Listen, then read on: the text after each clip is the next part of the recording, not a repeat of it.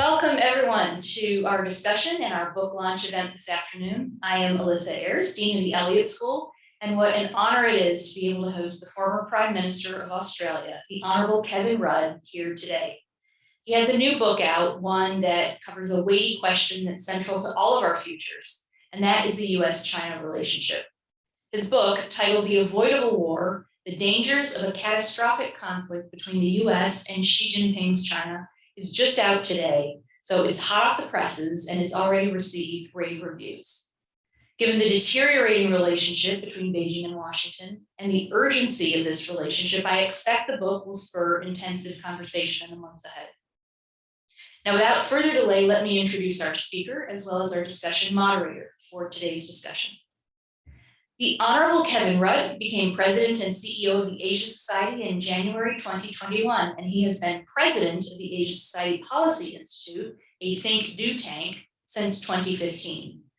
Rudd began his career as an Australian diplomat in Beijing before entering Australian politics, where he served as Australia's 26th Prime Minister from 2007 to 2010, then as Foreign Minister from 2010 to 2012, before returning as Prime Minister in 2013. As Prime Minister, he led Australia's response during the global financial crisis, co-founded the G20, and drove the ratification of the Kyoto Protocol.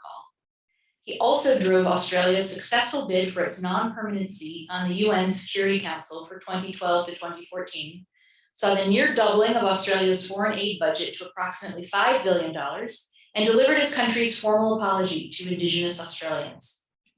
Rudd also currently serves as chair of the board of a UN think tank, the International Peace Institute in New York. He is one of 12 members of the IMF Managing Director's External Advisory Group, and he is a member of the Global Leadership Council for Sanitation and Water for All. Rudd graduated from the Australian National University with honors in Chinese studies, and he is fluent in Mandarin. He also studied at the National Taiwan Normal University in Taipei. Our conversation today will be moderated by our own Professor David Shambaugh, the Gaston Sigur Professor of Asian Studies, Political Science, and International Affairs, and the founding director of the China Policy Program here at the Elliott School.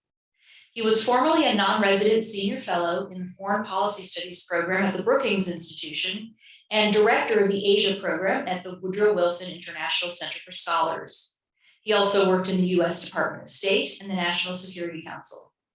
He has served on the board of directors of the National Committee on US-China Relations and as a life member of the Council on Foreign Relations, the US Asia-Pacific Council, and other public policy and scholarly organizations. Before joining the Elliott School faculty, Professor Shambaugh was lecturer, senior lecturer, and reader in Chinese politics at the University of London School of Oriental and African Studies from 1986 to 96, where he also served as editor of the China Quarterly. So you'll be in good hands for today's discussion. I will now turn things over to the Honorable Kevin Rudd for his remarks. Sir, we look forward to your remarks.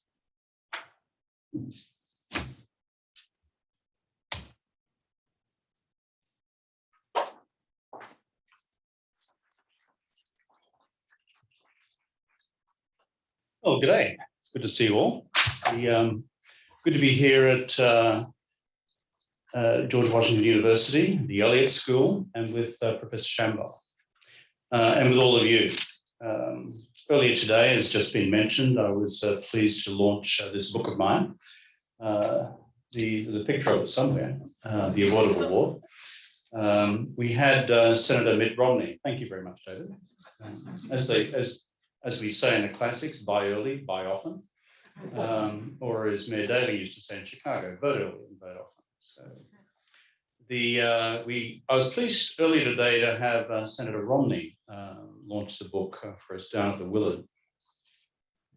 Brought to mind the importance of this country, the United States, crafting a long-term bipartisan, enduring strategy to deal with China's rise, of which we have perhaps the elementary beginnings right now. I'm going to speak to you for not longer than 20 minutes, and I'll try and address just three subjects. One, what does history tell us about where we have reached with China and the United States today? Two, what do I mean about this concept of managed strategic competition? And does it have any practical utility at all, or is it just something that academics can sound self-important about? Not that I've ever found an academic who's self-important. And I've found more politicians who are much more self-important. And the third is a few reflections from me about what is now unfolding in the strategic triangle between Beijing, Moscow, and Kiev about the future trajectory of US-China as well. So, a few lessons from history. You all know that history never repeats itself. You all know Mark Twain, but there are rhymes and rhythms which continue to emerge from historical events which we've mapped and recorded, whatever our historical or historiographical biases may be. But when I look back at the bloody history of the 20th century, there are 2 or 3 lessons which for me stick in the back of my cerebral cortex and occasionally excite my amygdala as well. The first is this. It is the enduring lesson of 1914 in July of that year. How was it, as my compatriot Christopher Clark in his book, The Sleepwalkers, how Europe sleptwalked into World War I. How did that actually happen? When if you go back into the history of the time, none of the great powers in 1914 wanted a war. Very few expected a war or believed it was possible. And in fact, when it came to 5 minutes to midnight, neither monarchs or prime ministers or diplomats were capable of preventing it. Diplomacy demonstrably, catastrophically failed. And so, if you've read also Keegan's monumental history of the First World War, the trains of mobilization began rolling. The mobilization processes for that war have been modeled on the use of trains for the mobilization of troops in the Civil War in this country. And then the catastrophe, which was the war to end all wars, the Great War, World War I, then scarred the planet and changed geopolitics forever.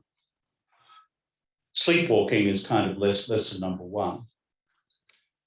Lesson number 2 in my mind is the lesson of the 30s, and that is the dangers of appeasement or the appearances of appeasement. We all know what happened. One by one, as Hitler pushed the door, and one by one, he found that there was no resistance on the other side, starting from 36 and cultivating Poland in 39. This untidy sequence of geopolitical events, certainly from the perspective of the British, but I think also contemporary France, the 2 mainstay European great powers at the time, and an isolationist America, produced a view on the part of the authoritarian leaders of Europe at the time that you could simply continue. And the result, we all know, catastrophic and comprehensive conflagration. So the dangers of appeasement, and that is if you simply say to dictators, we don't approve of what you're doing, but we're not going to do anything robust to prevent you from doing what you're doing, then the lesson which is taken strategically from that is one of weakness. Lesson number 3, in my mind, comes from the period of the Cold War. And as you know, and as you may have read, and some of us are just old enough to remember, the multiple times in which the United States and the Soviet Union came to blowing each other's brains out during the Cold War was enough to turn any man's hair white. This, of course, came to its most dramatic climax in the Cuban Missile Crisis of '62. And what is the enduring message there? It's a complex message, but it's one about the importance of deterrence, the importance of détente, and the importance of diplomacy at the highest levels. So when you pull all these lessons from history together, they represent a series of sober instructions for those of us in the 21st century, trying to carve a peaceful future for the planet, a sustainable future for the planet, but one which does not yield on the question of freedom. Easy to say, very hard to do.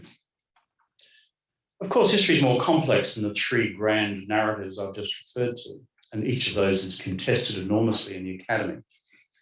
But if you add to it what the 20th century and the early 21st century has had to say to us about the impact of economic globalization, mutual economic dependence, whether it's in goods markets or capital markets or technology markets or talent markets, while it may lessen the likelihood of conflict, crisis, and war, does not remove it.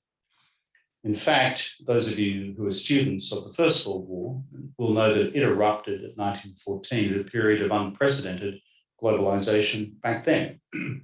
As Europe had experienced with the technology revolution beginning really with the birth of the railways in the 1840s, this whole sense of seamlessness across borders, which had hitherto not been possible, unless you were crusader forces rampaging from one end of Europe to the next on your way to liberate Holy Jerusalem.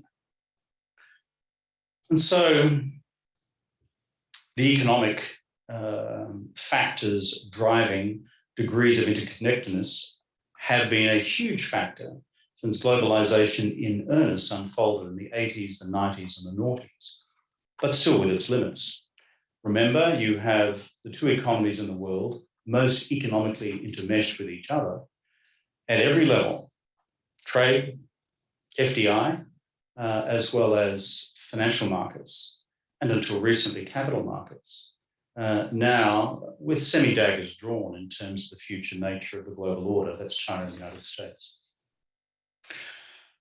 And beyond all the above, there is one other factor which looms from the early 90s but through into this century, and that is the lesson of global governance.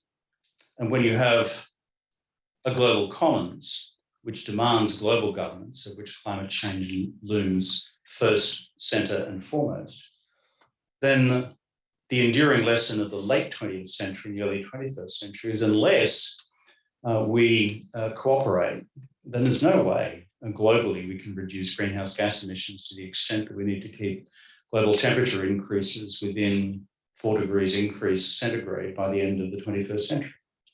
At present, we're on track for a 2.6 degree increase, which would still be catastrophic.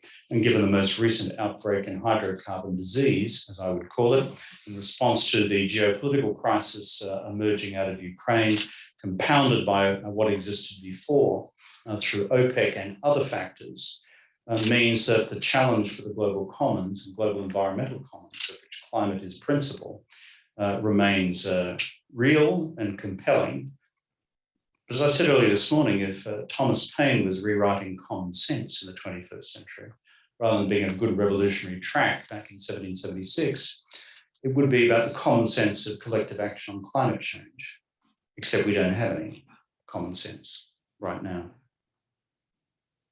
So where does all that leave us in terms of US-China? And what do we take from those various narratives into the framework which I seek to enunciate in the book which I've launched today, The Avoidable War? I have a pretty simple view of the world. I'm not trained, by the way, as an international relations scholar.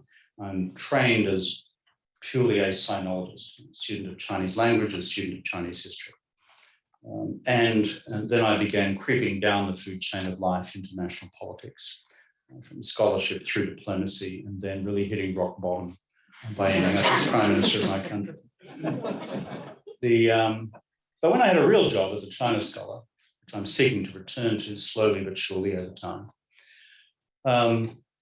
when I look at these questions of where the United States and China have landed today, and without an extensive historiography or objective analysis of what factors have contributed to the current state of the relationship, structural factors like greater Chinese power and lesser relative American power in all the categories of power, and as Xi Jinping would say to the various National Party congresses of China, comprehensive national power has changed.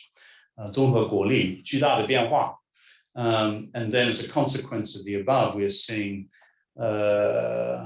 changes in the world that we have not seen in 100 years. And that we have seen also Dongsheng Xijia, the rise of the East, the fall of the West, which is code language for the rise of China and the fall of the United States. Even we stupid barbarians get that, by the way. 我们洋人不太笨，也能理解。So for those reasons, you've got structural factors at work around the material dimensions of the balance of power between the two countries, which our friends in Beijing study meticulously as good Marxist-Leninist dialecticians, and those who are committed to the disciplines, as they would describe it, of historical materialism as well, and the unfolding nature of changing events. But in addition to that, to add the subjectivity of personality politics and someone called Xidada, when you look at Xi Jinping and throw that on top of the changing structure of US-China relations in terms of the underpinning balance of power and the personality of Xi Jinping and his notion of being a 大领袖, a great leader who is going to bring about the great rejuvenation of the Chinese people with 大复兴 by mid-century, by 2049. Coincidentally, 100 years since the founding of the People's Republic of China, but who's counting? Then you see a personality in a Carlylean tradition of history, the history of great men, which then in the midst of these changing structural factors in US-China relations, in the military balance, economic balance, the technological balance, etc., of power, then we end up in a highly toxic environment. Then you throw into the admixture what happened under the Trump administration, when I still fail to be able to make sense of what actually happened in the Trump administration, but I'm sure a lot did, but most of it from US national interest point of view, destructive. In fact, if you read carefully the Chinese texts which accompanied the Trump administration being in office here in Washington, it is only in that 4-year period that you begin to see China's rhetoric about a radical change in the international situation favorable to China because of 3 sets of external developments. One, the legacy impact, as they have analyzed it in Beijing, of the global financial crisis, and what that did in their view, I think largely wrong view, of gutting the underpinning intellectual power and authority of the United States. 2, in their right view, the impact of the Trump administration, the diminution of America's global standing around the world, and particularly among its allies, but also the rendering asunder of America's ability to internally govern itself effectively. The third factor was, God bless his soul, Boris Johnson, ripping the heart out of the chest of Europe by stupidly taking Britain out of the European Union. Not that I have strong views on this subject. Bad for Britain, bad for Europe, weakening both. But if you're sitting external to this, as a good Marxist-Leninist dialectician, historical materialist in the research institutes in Beijing and what's left of them in Moscow, the conclusion you would reach is, 东升西降. We're doing okay, we've got our problems. Look at these 3 big factors unfolding in the West. Who could believe our luck that this madman called Trump could have been elected? And then you have the madman called Boris, who's taken Britain out of Europe, and the underpinning problems of legacy problems in the global economy from the global financial crisis and accumulated collective debt across the developed world. So having contradicted myself entirely and not reflected, therefore, on how we got to where we got to, that would strike me as the 2 principal sets of factors. Structural, change in the balance of power; personal, in terms of the leadership admixture of Xi Jinping; and then thirdly, the leadership's perception of how their external circumstances have radically changed for those 3 underpinning factors. So that brings us to what then should be done. Again, as I said this morning, Lenin's famous quote, "What then should be done?" This has given rise to the book that I've written. It began really, dare I mention its name, in these hallowed halls when I was at Harvard, at the Harvard Kennedy School. After I came second in the Australian national elections in 2013, that means I came last, and I lost. And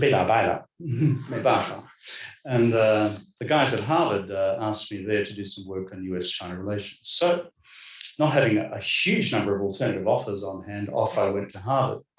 But I began working on what I called constructive realism,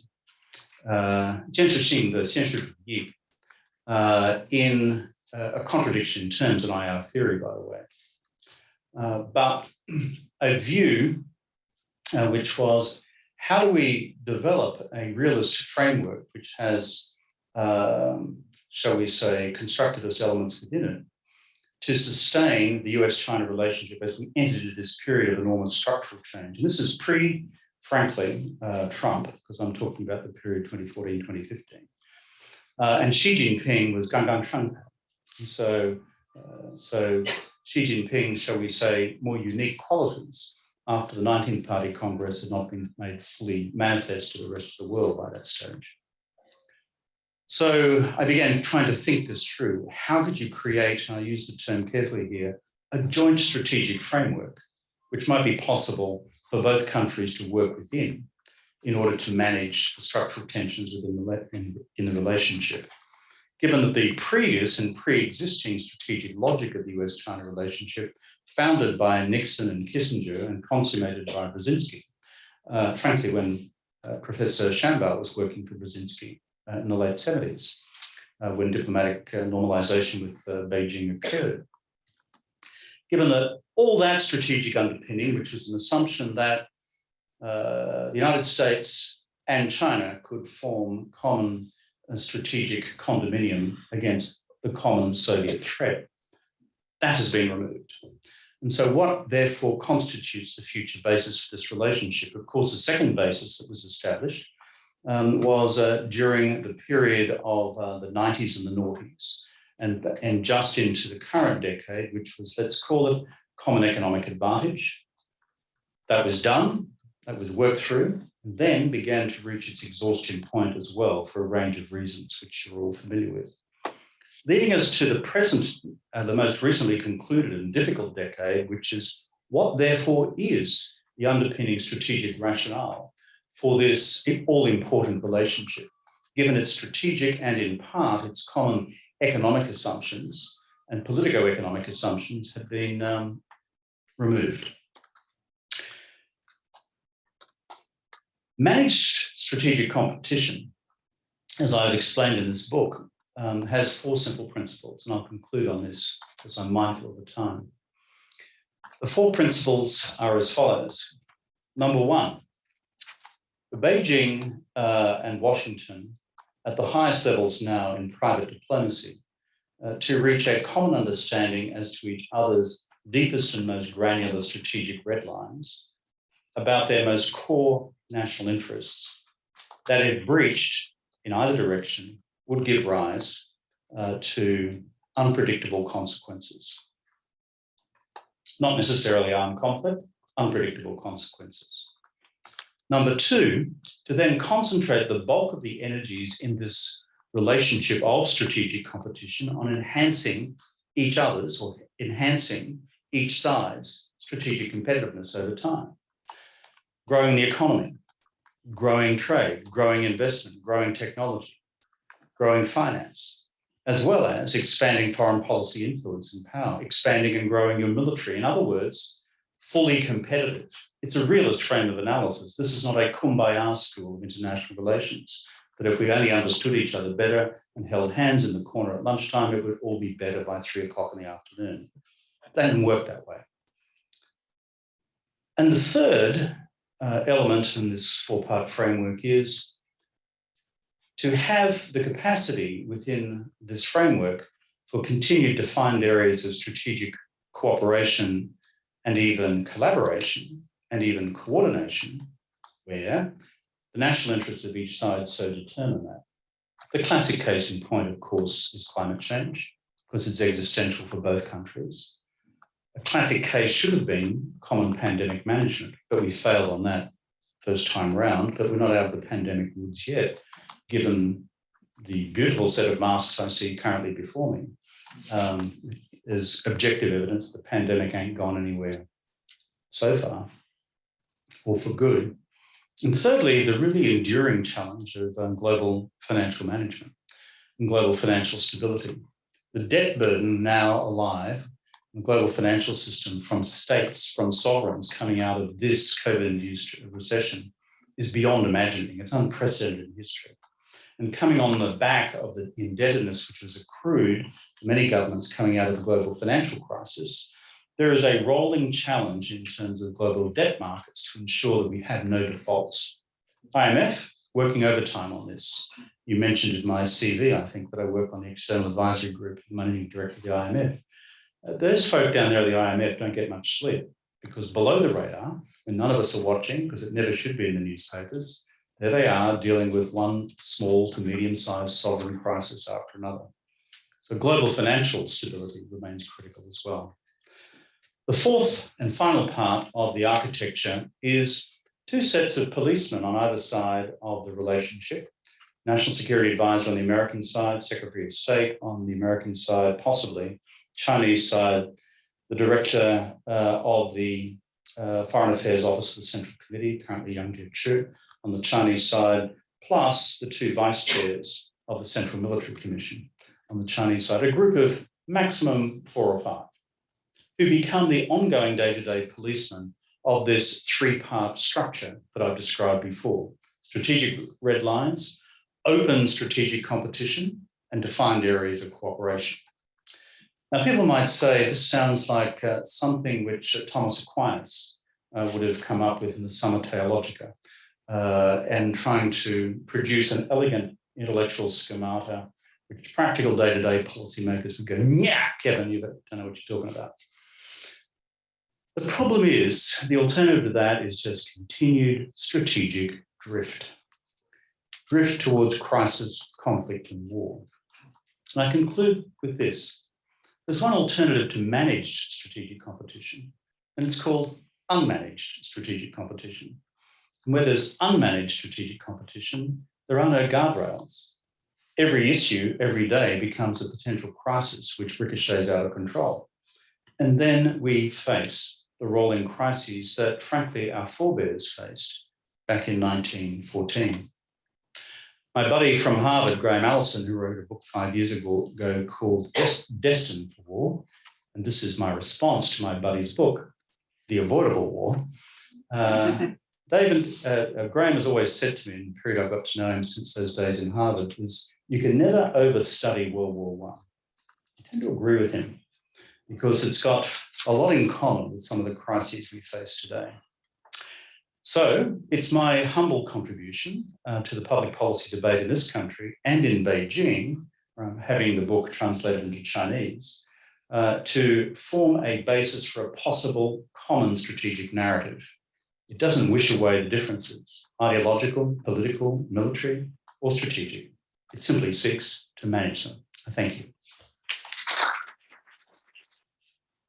Okay, ladies and gentlemen, thank you, Prime Minister Rudd, very much for the overview and the teasers of your new book, which I have to say I've had the pleasure of reading over the weekend, cover to cover. There's that really worries me, David. No. We're going to give you an exam now.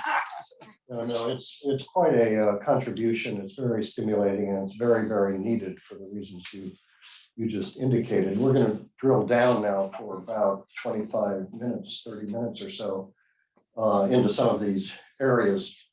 But first, I just want to welcome you, Kevin, to the Elliott School and to George Washington University. It's really a great honor and privilege for us to have you here today, particularly on the first day of the publication of your book.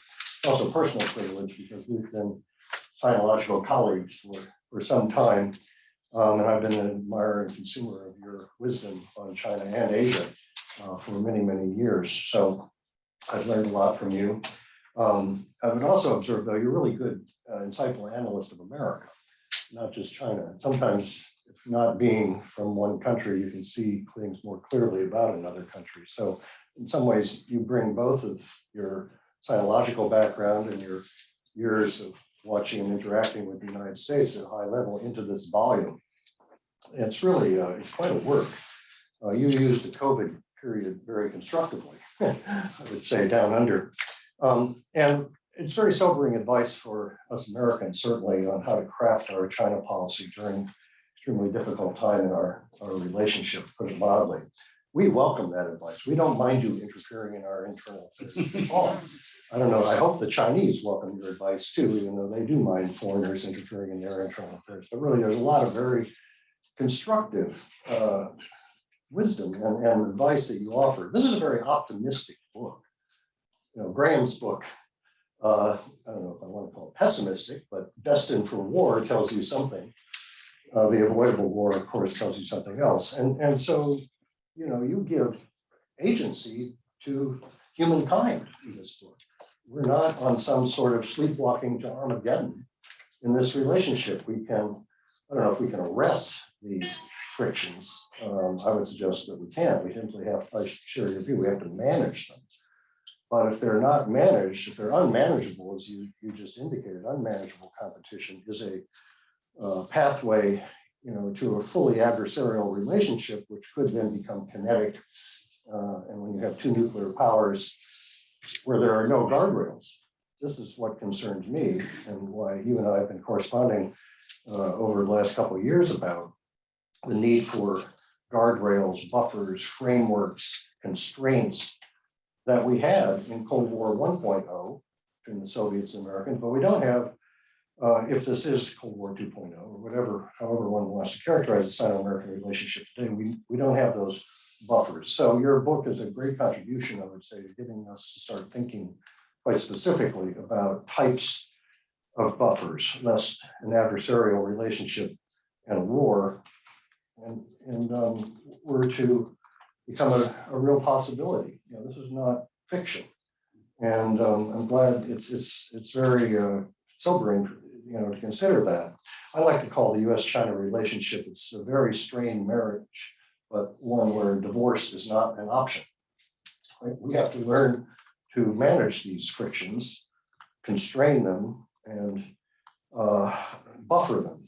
Okay, but it accepts friction as the independent variable, you can say. So your book is all about the dependent variable in a sense. So let's drill down a little bit into several elements of your study. Start with the guardrails. You know, first, you argue in the last chapter, I guess, that managed strategic competition would involve establishing certain hard limits on each country's security policies. I was thinking as I read that on page 364, this can be very tough for these two countries to impose, self-impose limits. Now, these aren't countries, these two countries have exceptionalist personas, right? And they don't exactly like their military establishments constrained by anybody else. So can you just talk a little bit about what you have in mind in the security domain here? Yeah. First of all, David, just to, as I said this morning at the Willard, when we launched this book, Senator Romney, I fully acknowledge the work which David's done on managed competition as well. There's a whole bunch of us who've been trying to chisel away at this thing for a while, and this is just my amateur attempt to put some flesh on the bones. And secondly, as I also said this morning, when you look at the three-way structure that I had outlined, strategic guardrails, areas of unconstrained competition, and then areas of defined strategic collaboration. The core challenge for this administration and its Chinese counterpart is then, as it were, to populate the chart. I've given crude headings and subheadings. I've, in the book, argued as to how this might be saleable or not saleable in both Washington and Beijing. So I haven't just left it hanging in the breeze. Otherwise, it's not much more advanced, for example, than public declarations about the need for, what's the three-way expression now from the State Department? I think it's Competition, operation. confrontation, and cooperation. Yeah. So strategy and operational strategy, and I'm not talking about a declaratory strategy, I'm talking about an operational strategy, has to populate these fields, identify the issues and the sub-issues, and then work out as a matter of granular diplomatic reality where the guardrails in the first category lie. Second point, let's go to the guardrails themselves, which is what we all prefer to avoid in public conversations, because this is where it gets really hard. What are they in terms of the issues first before the guardrails around them?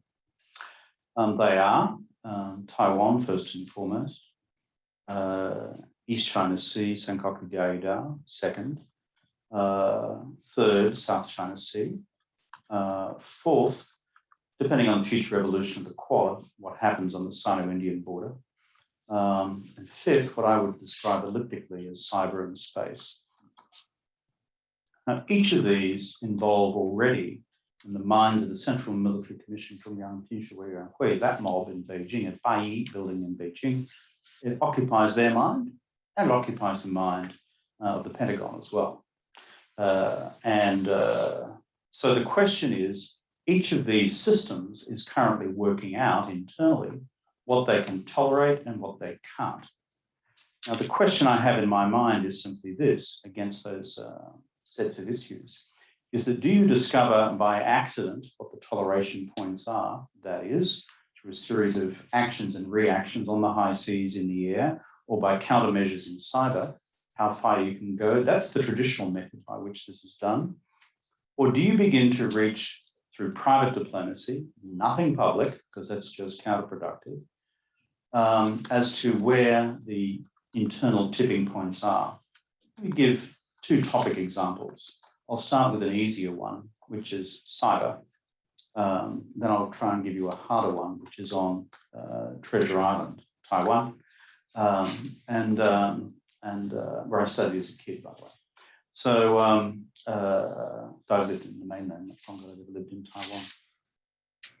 On cyber, the de facto arrangements we have at the moment between China and the United States on cyber is that even though both sides are fully capable of taking down large slabs of the civilian economic infrastructure of each country, the de facto understanding, not de jure, de facto understanding at present is don't do that.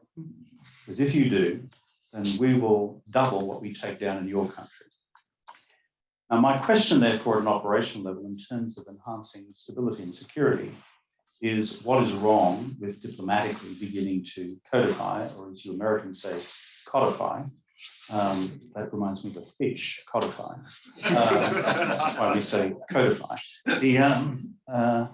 This set of understandings in terms of that, shall we say, mutual arrangement on cyber, because let me tell you, in each country, you can have some cyber operatives, particularly in the United States, who are a bit fast and loose in terms of their relationship with the official establishment.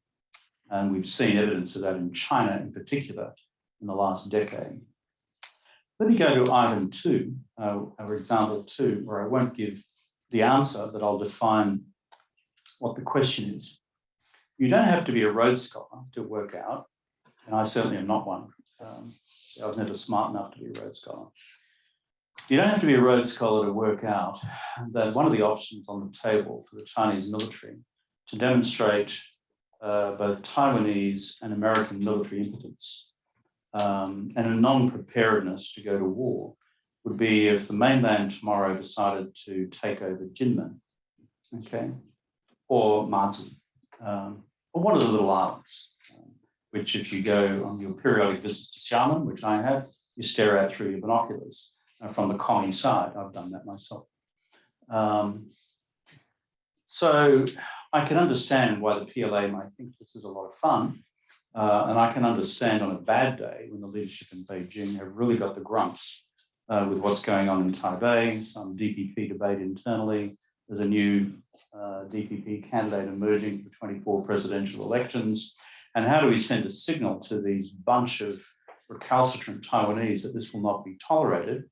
and simultaneously send a message to Washington that we will demonstrate to all your friends and allies that you're ultimately impotent on the question of defending, quote, the领土 of 中华民国, 在台湾的中华民国, the Republic of China on Taiwan. I know, we'll take one of these islands. There is a huge risk involved in doing that. God knows what the reaction would actually be in this town and in Tokyo and in Taipei for a whole series of, let's call it, domestic political variables, as you said. So I don't prescribe what the common understanding should be on Jinmen, Mazu and the offshore islands, but it's one of about 10 subgranular issues on a Taiwan escalation, let's call it strategy, which I believe you need to have mutual understandings on. Of course, this doesn't prevent China from violating. They could do so unilaterally. But go back to my overriding principle, notwithstanding the 4 or 5 policemen, we could call them the 4 or 5 new horsemen of the apocalypse, these people acting as policemen of the relationship, they would be in the first position to know whether a quantum violation had occurred. And you would have a very quick reaction from one side against the other. So there are 2 examples.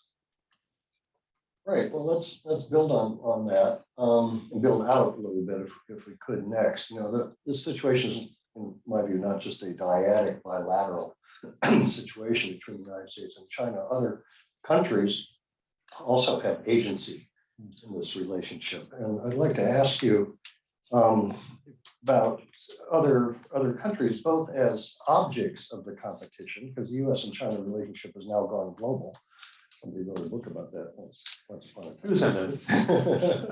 But I mean, literally, it's just like the Soviet American competition. That was a global competition. The US-China relationship is now too. Anything with Ukraine, you know, you're absolutely right. Although you predicted this in a book some time ago, has been manifest in other domains. Ukraine finally consummates the reality which your book anticipated. It ain't just a regional confrontation, it's now global. But I've also heard you speak earlier at different times about how third parties can be buffers, can be constrainers, not necessarily mediators, but can help constrain the tensions of this relationship. So I just wonder if no country wants to be forced to choose. Li Xianlun tells us repeatedly, don't force us to choose. All countries really want to have good relations with both the United States and China.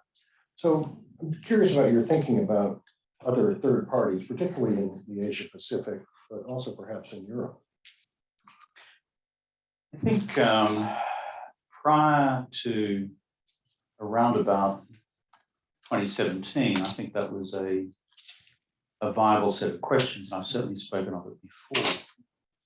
Since 17, where I think we've seen a much more direct manifestation of the Chinese assertiveness playbook around the world, not just within the Asia Pacific, it makes it harder and harder, bordering on the impossible, for, let's call it intelligent third party intervention.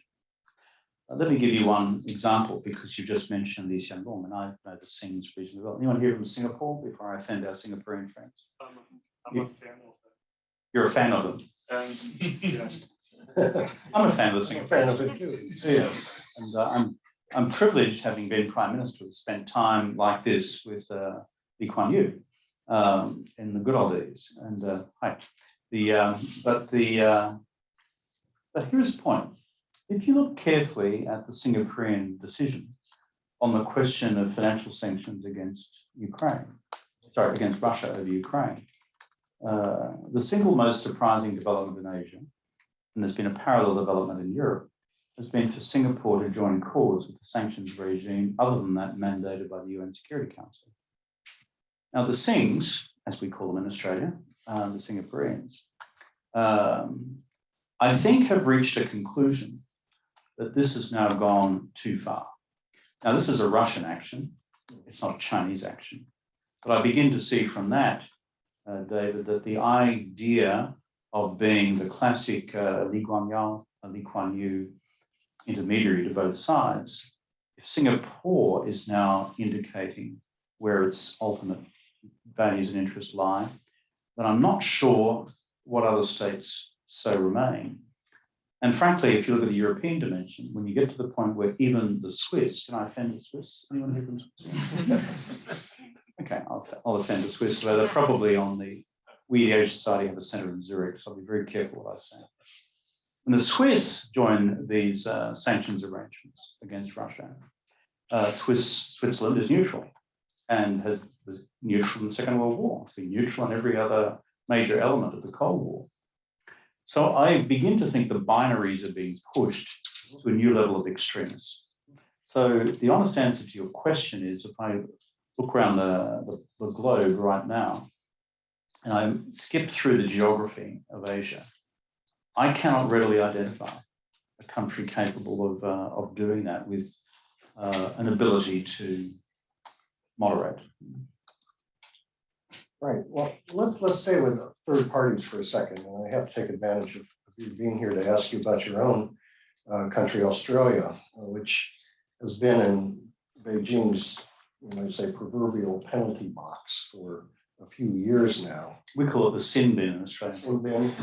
You commit a sin on a football game, you get Yeah. that off for 10 minutes. That's what we call the sin You bin. know, Beijing has used all kinds of coercive and intrusive pressures to both punish and influence Canberra's China policies in recent years. And Australia has really been at the leading edge in the world of countering China's influence operations, and has set an example for other countries, including this one, on how to legislate and to deal with those.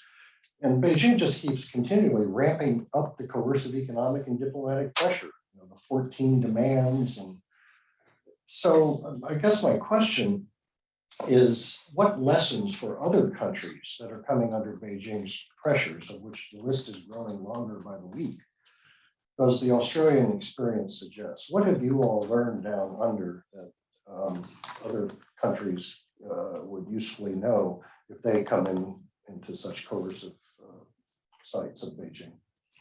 Well, David, as a scholar of these things, you know that Australia hasn't been the first cab off the rank. You know, the first canary down the Chinese mineshaft, as it were, because at various times in the last decade, you could point to countries like the ROK, Republic of Korea, coercion over THAAD, economic coercion, trade coercion, Taiwan itself, not a country, the Philippines, pre-Duterte, but over the ICJ case, and in Europe, the Swedes, now the Lithuanians, over Taiwan policy in the case of the Swedes, the treatment of their nationals. To a lesser extent, the Canadians, in terms of economic coercion. Each of the cases is slightly different. But as you know, you're a student of Chinese history as much as I am. You understand where this comes in the imperial playbook. You know, if this is the way the emperor used to treat vassal states who were not being appropriately vassal-like. Tributary states. Chicken to scare the monkey. Yeah, shy eating by it, and kill one to warn 100. So I hate to say to all of our Chinese friends, but we foreign barbarians understand the playbook, okay, and frankly now most allies do, the United States. So what has been the unique Australian experience? It's kind of an odd transformation because you asked before, David, about third countries which were capable of, as it were, moderating and mediating. Historically, you know, Australia, while one of America's oldest allies, had a very strong relationship with Beijing through till, frankly, 13, 14, perhaps even to 15. By the time China finished phase one of its island reclamation program in the South China Sea, when everyone said something's changed. Prior to that, often during these crises in US-China relationship, over the years, we Australians would quietly go in and have a chat to our friends in Beijing. Never talk about it, but that's what we used to do. Sometimes the Americans would welcome it, sometimes they wouldn't, and in reverse as well. That's not happening anymore. To go to the core of your question, what's Australia learned? Here is my memo, Beijing the Beiwang. Okay, it's my memorandum to Beijing. If you're going to pick on any country, that is, seek to economically coerce them, the worst country you could ever pick in the world will be Australia. Because it's just in our nature. We're just not like that, you know. if it is just so culturally wrong for us in response to pressure to say, oh dear, we made a mistake, we're sorry we hurt your feelings. We will never do that. We never do that with the Yanks in history, or the British, let alone the Chinese, who belong to a completely different political system. So if the cardinal strategic error was, Wrong country.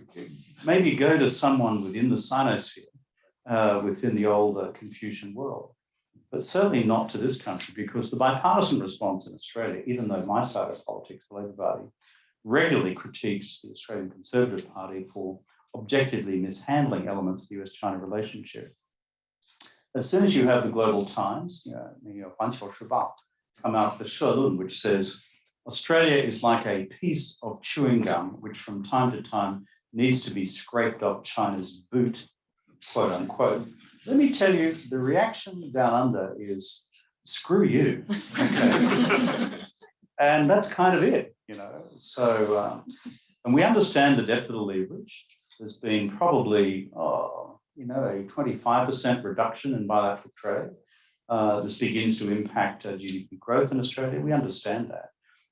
We also understand that our great and powerful friends in the United States, in certain categories, have moved in to the export vacuum left by us as the Chinese seek to play us off against each other. Quite interesting play. But that's in the imperial playbooks as well. Look at the 19th century memorials to the Qing Emperor about how to use Meidi, the American imperialists, or the Meiyang, the American barbarians, to control the British barbarians. So, yeah, 就是. And so it was just a wrong pick. And so I think when I go to Europe, for example, whether it's in Berlin or Paris or London, they say, how did you do that? And I wish I could say we're really smart down under. We're not, we're just like everybody else. But you do something, we do react, and then we do it systematically and comprehensively. And then we've assembled a range of legislative and regulatory measures with complete bipartisan support. Prior to that, there wasn't. Same things happen in this country. I would dare say China's brought both parties together. So a few things that we agree across the aisle on is Senator Romney. Today. Well, we've got time for me to ask you maybe one or two possibly more questions before we go to audience Q&A, which I will moderate. So Xi Jinping plays a pretty central role in your book.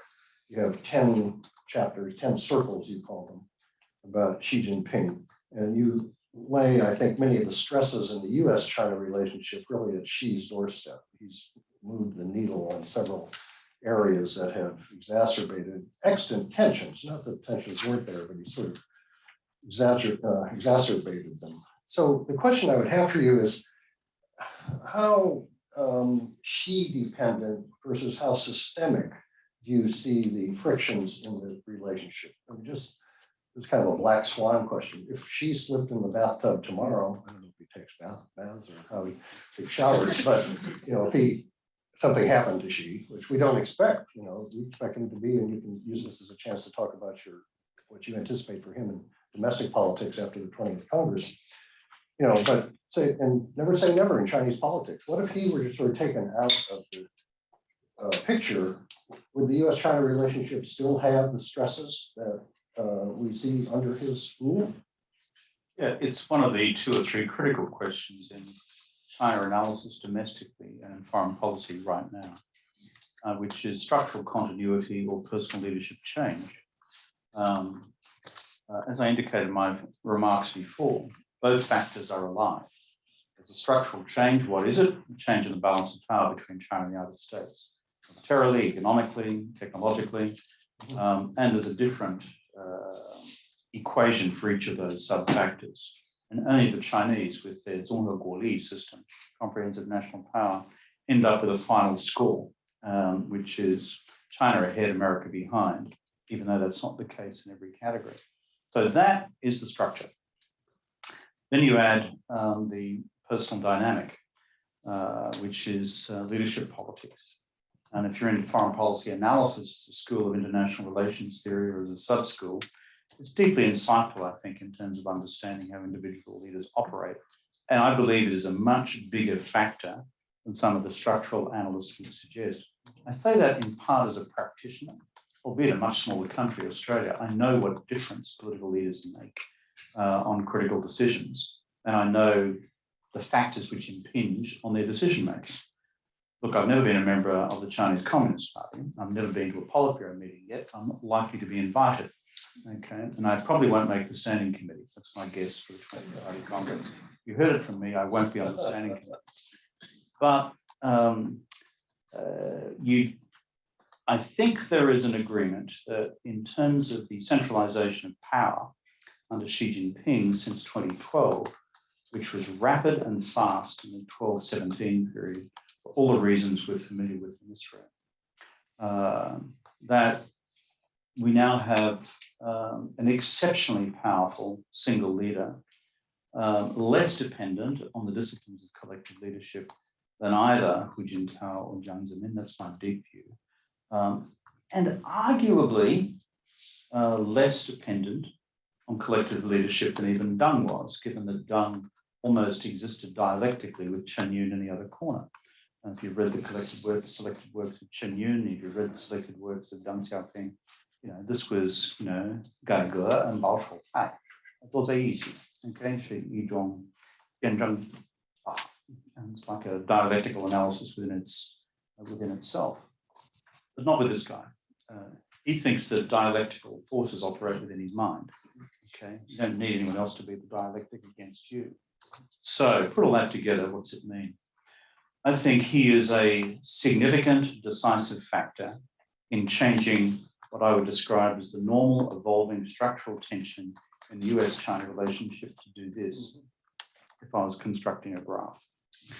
As you know, and I think it's Rush Doshi's recent book has pointed out, the whole period of the change in the narrative about China's future destination militarily, economically, and foreign policy terms, you can see significant antecedents for it in the second term of Hu Jintao, starting from 2009.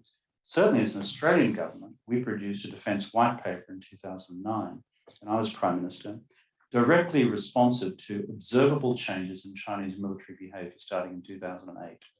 And that's why we announced a doubling of the submarine fleet then, and an increasing of our surface fleet by a third, because we could see quite immediate changes.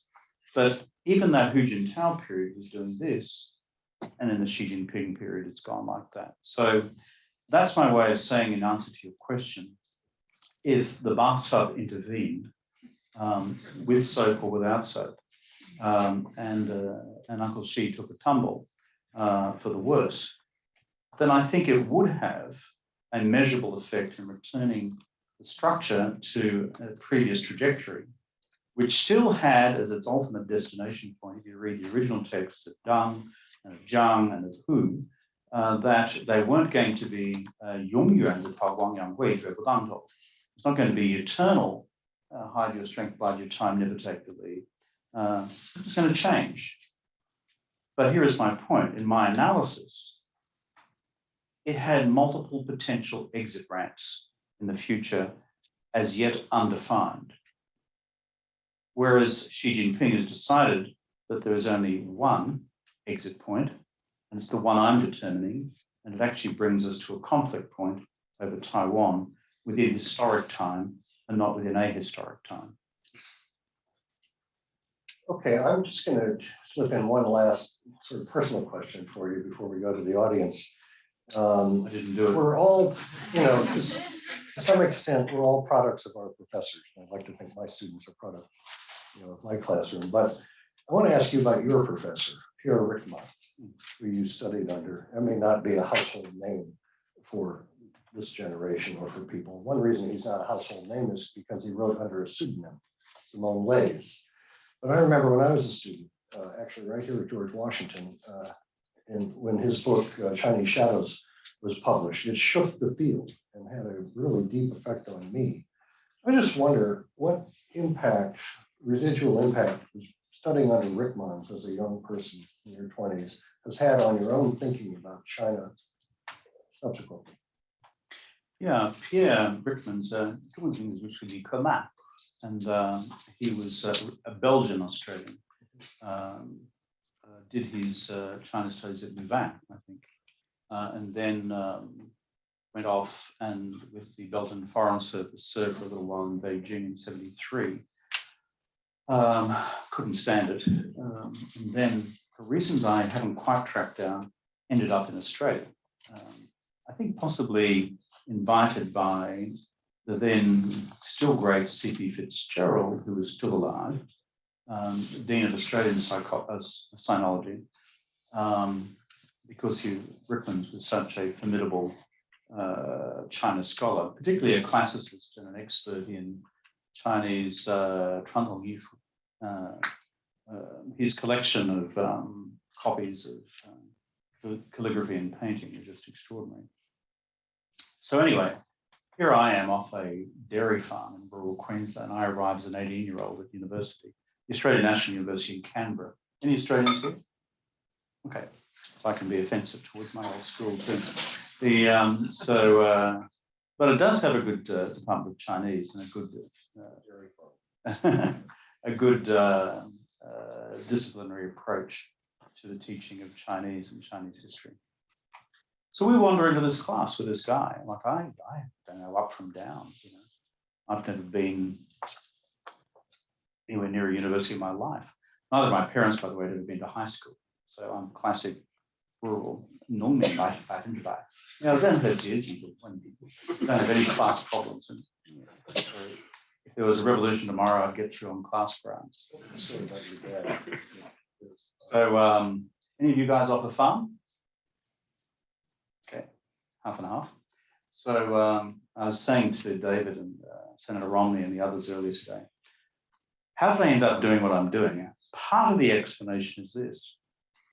I grew up on a farm in rural Queensland, which is kind of a cocktail between Arkansas and Oklahoma, you know.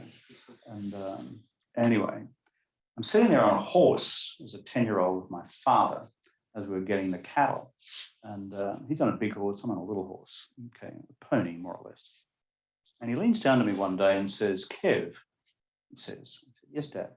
He said, have you decided on the big decision in life? Have you made your big decision yet? I said, who?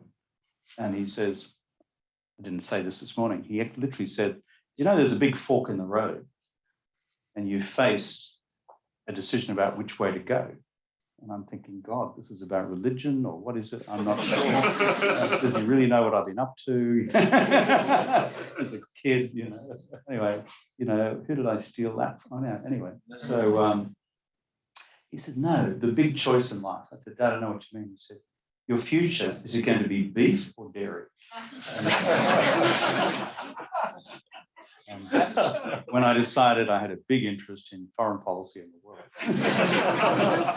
As I started pinching all these books from our little bookshelf at home and just disappearing either into the farm and reading about anything. So university teachers have a huge effect, and Pierre Rickmans instilled two things in me. One, the need for absolute thoroughness in your language study. Two, a love of Chinese aesthetics. His ability to take a bunch of adolescent barbarians from every corner of the Australian continent and to capture their imagination with Chinese painting and calligraphy and the Chinese literary tradition, the philosophical tradition, to take us through the Lunyu and to take us the Confucian Analects and to take us through the Sishu Wujing and the classics. He would just have a remarkable ability as a scholar to bring this alive for you in this very deep, heavily accented Belgian French, which most of us in Australia could barely understand. But the final thing, and this goes back to Chinese Shadows, he was the first in the, I think, Western Academy by the time of the end of the Cultural Revolution. Chinese Shadows came out about 74, did it? Yeah, 74, exactly. Yeah. So I was still at high school, but it was the first, as you said, to shake the academy. It basically ripped apart the veneer of what the Chinese Cultural Revolution really was, which was just an internal, ugly power struggle between Mao and those who he feared most within the Chinese Communist Party, And it was not some grand, great revolutionary movement. So this deep skepticism he instilled in us about reading CCP documents and what they actually mean, as opposed to what they say they mean.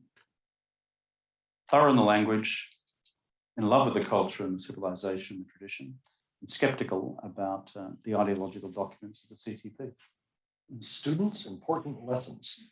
Okay, let's transition to Q&A. We've got 20, 25 minutes to do that. I'm going to call on, we also have questions online.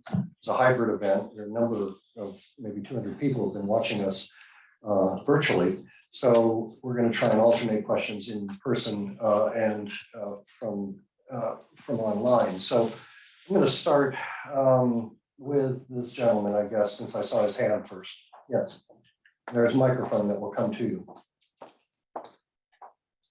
Thank you very much. I just wanted to bring another element. You started your conversation by referring to component. To the podium? Why don't you? By referring to components of your brain. And that may be both where the problem and solution may be, not in IR, definitely not in IR. So as we bounce from one catastrophe, one preventable catastrophe to another preventable catastrophe, a pattern is emerging. And there may be something about our brains, what is called the neurotypical syndrome, which is defined as a neurological disorder characterized by preoccupation with social concerns, delusions of superiority, and obsession with conformity. Maybe the neurotypical brain is not up to job and has to outsource this to neurodivergent brain, an idea that has come from Australia. Well, in Australia, we always worry about people who have got a brain, let alone what's in it. Let me answer your question this way. I'm partly a scholar, partly. Unlike David, I'm not an esteemed scholar. I began well and then, as I said, drifted off and did other things. I'm now slowly returning to a form of scholarship. But as a practitioner, political practitioner, as a foreign policy practitioner, as a prime minister, foreign minister, and also as a diplomat in the field, I'm convinced of a couple of factors. One, what the realists in international relations theory describe is in fact real. That is, there are material factors of power, not just as an ideation, but as an objective physical reality, which both provide political decision makers with an opportunity to act. In other words, I'm going to send the aircraft from here to there and bomb that tank. Witness what's happening on the screens now with Ukraine. And I also have a perception that the other side has more tanks than me, therefore I'm not going to act at all.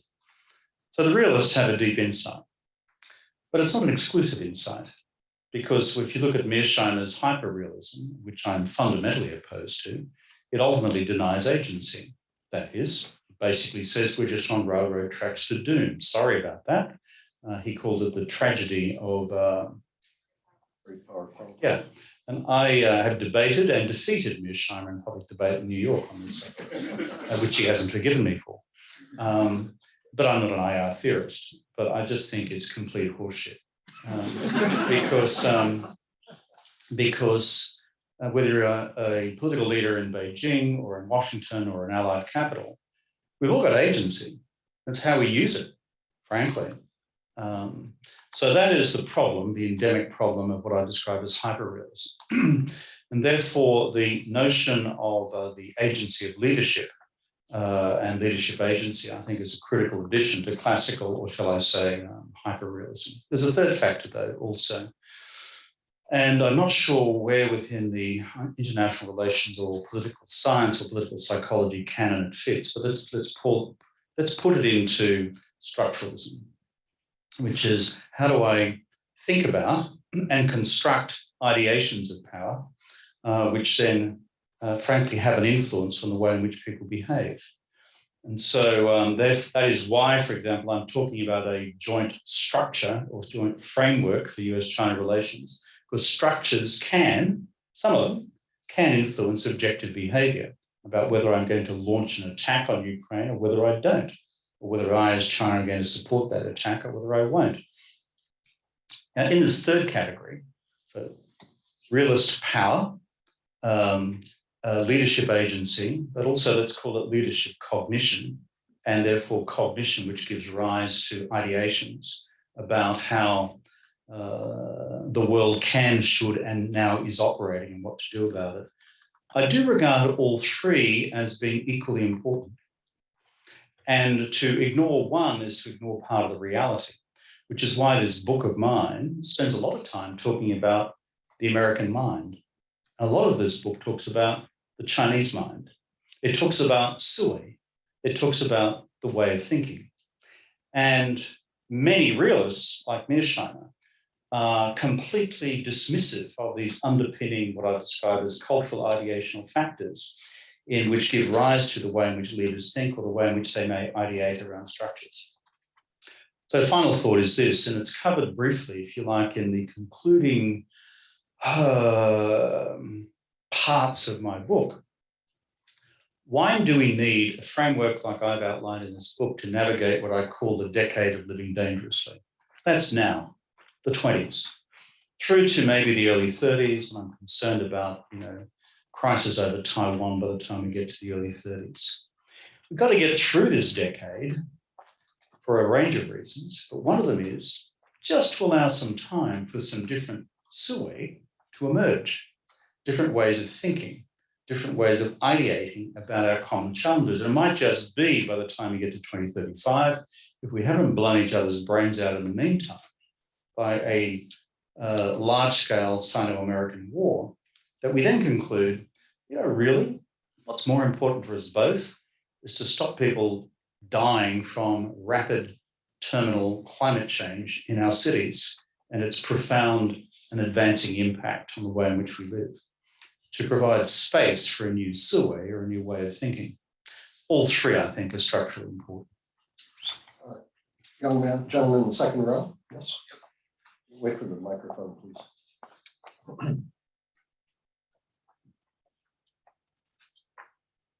So, hi, Prime Minister Ruth, and hi, Professor Shambaugh. So, I have a question. So, as we have been improving our public health and fighting for the virus, and as China and China's National People's Assembly Arshada is approaching by the end of the year, how would you predict the change of balance of power between the US and China throughout this year, especially by the end of this year? I don't think it'll change radically in the year 2022. And I'll answer your question with a slight divergence in the response, which is in 2022, I'm more concerned about the balance of power within the Chinese Communist Party. And that what actually happens in the aggregation of interests within the party as they make what will be a fundamentally important decision for the next 15 to 30 years, which is, does Xi Jinping get a record third term or does he not? The overwhelming likelihood at this stage is that he will. But the headwinds against that are not inconsiderable. A slowing Chinese economy, number one. Pandemic has now jumped the border from Hong Kong into the mainland. And Chinese Shenhuangbo propaganda department has been telling all of us for 2 years, we authoritarians know how to run pandemics, you stupid little democratic capitalists, you don't. And guess what? It seems like eating mutton. And so we just made a mistake because suddenly the pandemic's arrived. Whoops. So that's a bit of a problem in terms of domestic political legitimacy. And then there's a further factor, which of course is how does Xi Jinping's tacit support for Putin over Ukraine now play out, given that Putin's blitzkrieg on the way to Kiev has stalled. Put all that together, I think we are looking at a different set of, shall I say, factors which are coalescing in Chinese politics. If I'm a betting man, and in Australia we bet on everything, I would still put money in favour of Xi Jinping being reappointed, but it's now, I think, more contestable than it was. I'd give him odds at this stage of 70-30. If Putin was to fail totally in Ukraine, which he may, or if Putin was to fall in Moscow, and I'm not a Russia expert, I have no idea of knowing, then I think we're back to 50-50. That's kind of interesting. Okay, I'm going to ask a question that was asked online next, and then we'll, time permitting, go back to the audience. What is your sense of how the Chinese view their place in addressing this largest of challenges to them? How ready and willing are they to cooperate, compete, or confront with the West? It's a fundamental question, which I seek to address in the book, which is this notion of mine, managed strategic competition. Is it just me coming up with an elegant idea? As I think I said this morning, like Thomas Aquinas and Summa Theologica, you know, it looks elegant on paper, but frankly doesn't actually translate into anything that's useful. Or might we have a boutique audience with our friends in the State Department, with the NSC? Maybe. But what about the hardheads in Zhongnanhai and in Baiyi and the Jinshu Weiwanhui, or in the Waijiaobu and the Youguan Xito, the Anquanbu Denda? Well, these are all valid questions because it's got to be a gainian, it's got to be a concept which actually translates across them. So, to answer the question, I think there are two groups of scholars and researchers and policy advisors at work in Beijing at present.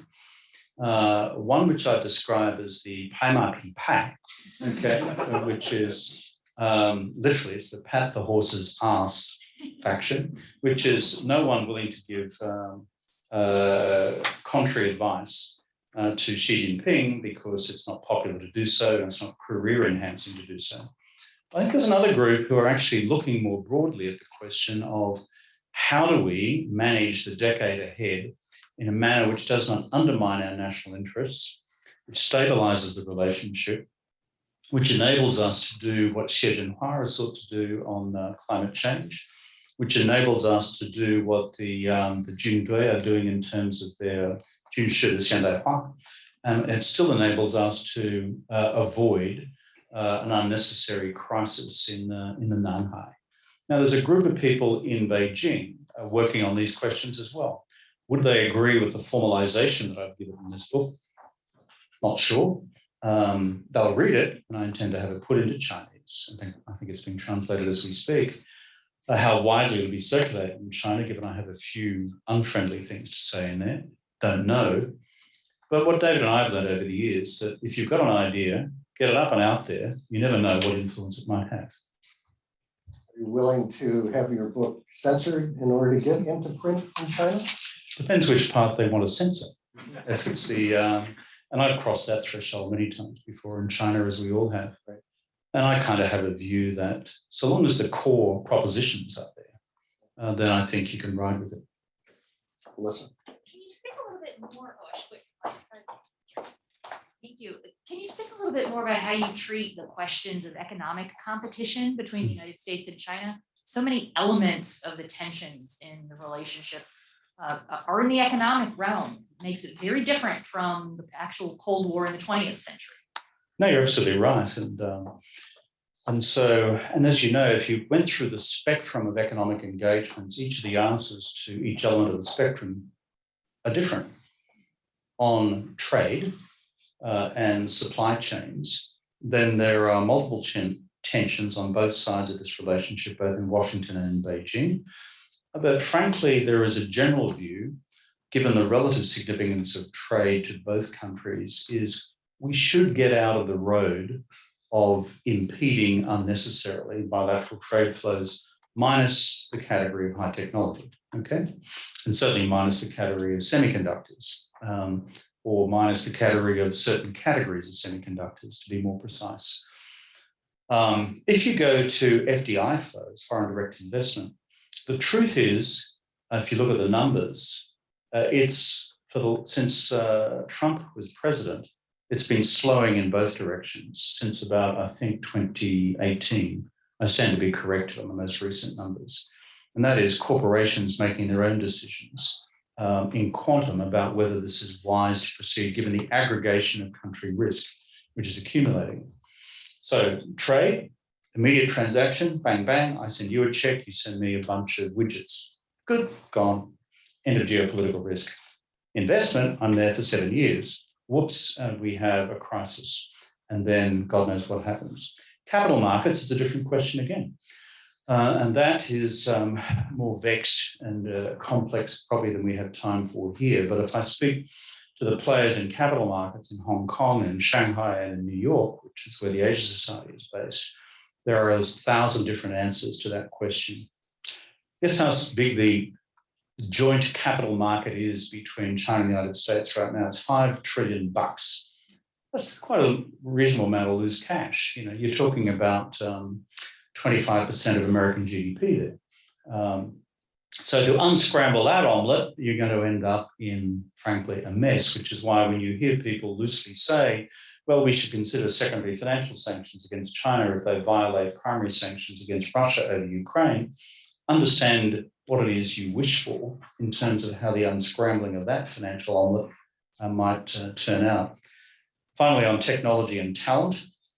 Technology, the live debate here, not just with the CHIPS Act, but with the other elements of restrictions on potential restrictions on US companies to China for, let's call it, lower grade microprocessors as opposed to the most advanced grade. There's a slow consensus emerging, but it's still not done in this country. China's response is 自力更生, national self-reliance. 明天太晚了, 今天下午可以, which is let's have national self-reliance by this afternoon, not tomorrow, because it'll be too late. Xi Jinping has already sort of embarked upon that one. So as I said, I think the answers to the subcategories of the economic question are each different. So with an eye on the clock, I think we have time just to squeeze in one more question. I'm going to look at this side of the room. So why don't we go to you here? And then please, brief question, brief response, and we can end on time. I think the brief response is directed at me. So. Yes, my question, thank you for coming, Mr. Prime Minister, is about the ANZUS alliance now that it's hit 70, specifically its role in a Taiwan contingency. Hugh White recently said that he suggested that ANZUS would not be invoked unless the US had a very high probability of winning, which he does not see as happening. At what point do you think Article 4 could be invoked in Taiwan contingency, or what are the odds, and what kind of scenario would require it to be invoked? This is the question which all Australian politicians seek to avoid, by answering directly. So watch the elegance with which I avoid the question. ANZUS Treaty, 1951. So history is kind of interesting because it was just brought about, and I'm mindful of the clock, 60 seconds, it was brought about to assure the Australians that as the United States moved towards a peace treaty with Japan and joint defence treaty with Japan, that we would receive parallel security guarantees given the level of Australian trauma about the Japanese military campaign during the Pacific War. That's the origins. Try to tell that to our friends in Beijing that it's Canary. That is, it's anti-Japanese in its origin. They don't believe you. But that's actually what happened. Secondly, the clauses in Article 4, which you refer to, are a little different to those in Article 5 in NATO, but it's worth studying. There are two sets of provisions. One is that if the armed forces of either party come under attack in the Pacific area, then they shall meet to confront the common danger. Then if the territory of either party comes under attack, then we shall meet to act against the common foe. Language to that effect. By the way, it's only been operationalized once since 51. Do you know when? For September 11th. You guys came under attack in the United States. So we invoked it and then we sent off thousands of troops to Afghanistan. So that's the history. No Australian political leader, either of the centre right or the centre left, since 1951 has ever publicly said whether or not the ANZUS Treaty would be operationalised over Taiwan. And there's an underpinning logic for that.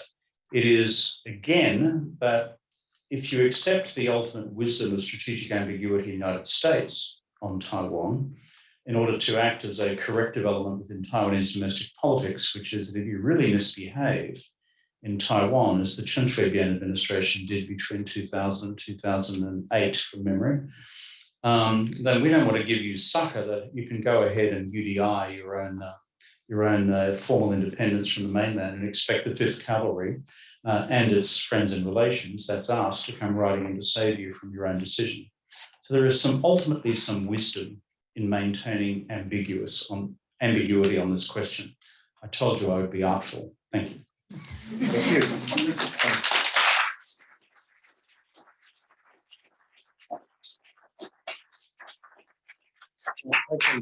Dean Ayres is going to close the event, but I can unambiguously recommend Prime Minister Rudd's book to everyone. I believe we have some copies in the back for purchase and signing. Over there, yeah. You can have it autographed by Prime Minister Rudd. And I just, again, thank you for sharing your new book and unpacking some of the richness in it with us today and coming to the Elliott School. We're just really honored to have had you here today, Kevin. Please return in the future. Thank you so much. Just